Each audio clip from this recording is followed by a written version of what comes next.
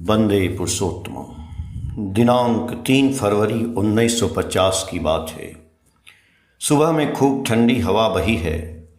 श्री ठाकुर की तबीयत ठीक नहीं है, इसीलिए हाथ मुख धोकर गोल तंबू में आकर बैठे हैं।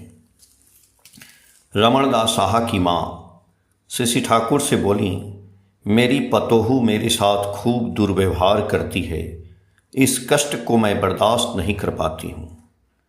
श्री ठाकुर जी बोले, हम लोगों का भी तो कर्तव्य है कि दूसरे घर की लड़की को घर में लाकर उसे अपना बना लेना, उसके साथ बातें ऐसी करनी चाहिए जिससे उसका दिल खुश हो जाए।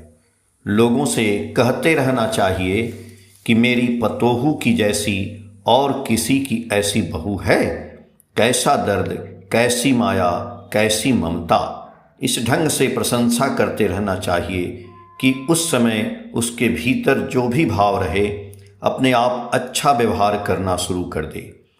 ऐसी भी बात है कि ऐसा करके सभी को वश में नहीं लाया जा सकता है। खराब प्रकृति की काफ़ी लड़कियां हैं। जो हो, मनुष्य खुश हो बात से, सेवा से। बातों के जरिए भी बहुतों को कब्जा में लाया जा सकता है और धीरे धीरे बहू पर मालिकाना का भार सौंप देना चाहिए। रमणदा की माँ ने बोला कि पूर्व जन्म का मेरा कर्मफल शायद बहुत खराब है, इसीलिए बहू ऐसा व्यवहार करती है और वह सब समय मेरे विषय में कहती है। उन्हें जो कुछ है सब ठाकुर को देती हैं, हम लोग उसे क्यों देंगे। श्री ठाकुर जी बोले, तुम जो नहीं जानती हो उस विषय को खींच कर लाने मत जाओ। इस जन्म की दिशा को ही क्यों नहीं देखती हो। तुम्हारे इस जीवन का व्यवहार यदि उन लोगों के निकट तृप्तिप्रद होता, यदि तुम कौशल से उन लोगों के साथ चल सकती थी तो मामला कुछ और होता। तुम बात ही ठीक ढंग से नहीं कर पाती हो और तुमने जो कहा कि ठाकुर को देती हो, इसलिए वह तुम्हारी गंजना करती है। किंतु क्या तुम्हारा ठाकुर किसी चीज का प्रत्याशी है। जैसे तुमने 1 रुपया देकर मुझे प्रणाम किया, क्या तुम्हारा ठाकुर यह मांगता है और क्या तुम्हें लौटा कर भी दे सकता है। तुम्हें उसे लौटा नहीं सकता है, क्योंकि उससे तुम्हारा ही अकल्याण होगा। यही तो बात है। योगेंद्र बोले, वे भोर में उठकर फिजिकल एक्सरसाइज व्यायाम अखाड़े पर जाकर करते हैं।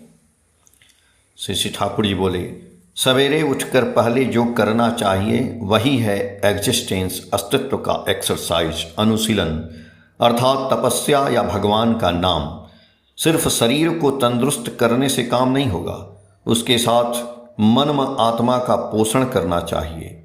शरीर, मन, आत्मा एक साथ सुस्त व सक्रिय रहने से उनके माध्यम से ही इवैल्यूएशन, विवर्तन होता है और पारिपार्श्विक की खोज खबर लेनी चाहिए, सेवा करनी चाहिए। यह भी अवश्य करणीय है।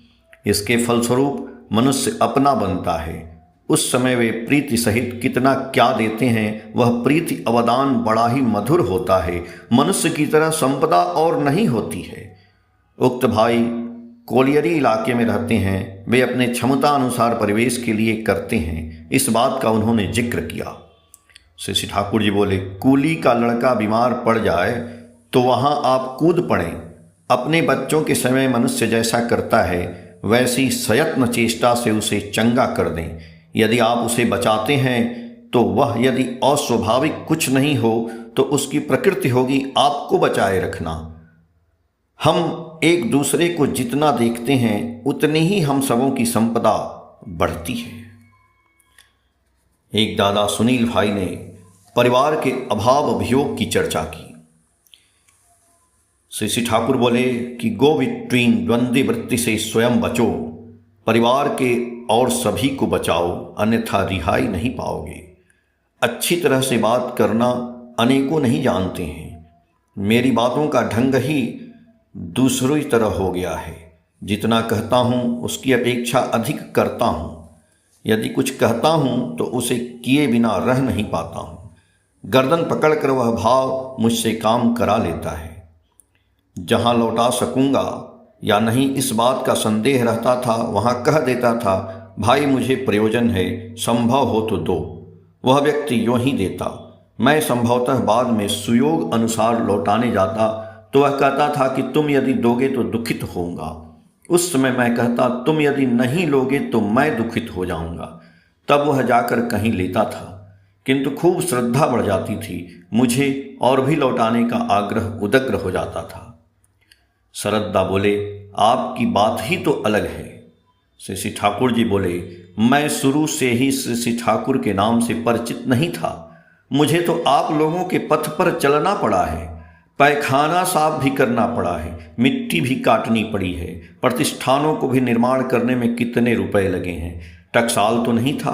आप लोग जिस पथ पर चलते हैं उसी पथ पर मुझे भी चलना पड़ा है। अलौकिक भाव तो कुछ उठ खड़ा नहीं हुआ है, वास्तविक रूप से करते हुए आगे बढ़ना पड़ा है। मैंने भी तो एक समय डॉक्टरी की है, आय व्यय किया है, लेन देन भी चलाई है, अपना संसार और 10 लोगों के संसार लेकर चला हूँ। कितना काम किया है, किंतु किसी की परवाह नहीं की। लेकिन उधार टुधार नहीं लिया, यूँ ही मांग ली है। किसी से 1 पैसा लेने पर मुझे ऐसी बुद्धि रहती थी कि कैसे मुझसे वह 100 पैसे पाए। तुम लोग करो, प्रथम कष्ट होने पर भी बाद में अच्छी तरह समर्थ होंगे। सातवती, मई 1999, पेज संख्या 6, 7, 10 और 11 से। जय गुरु।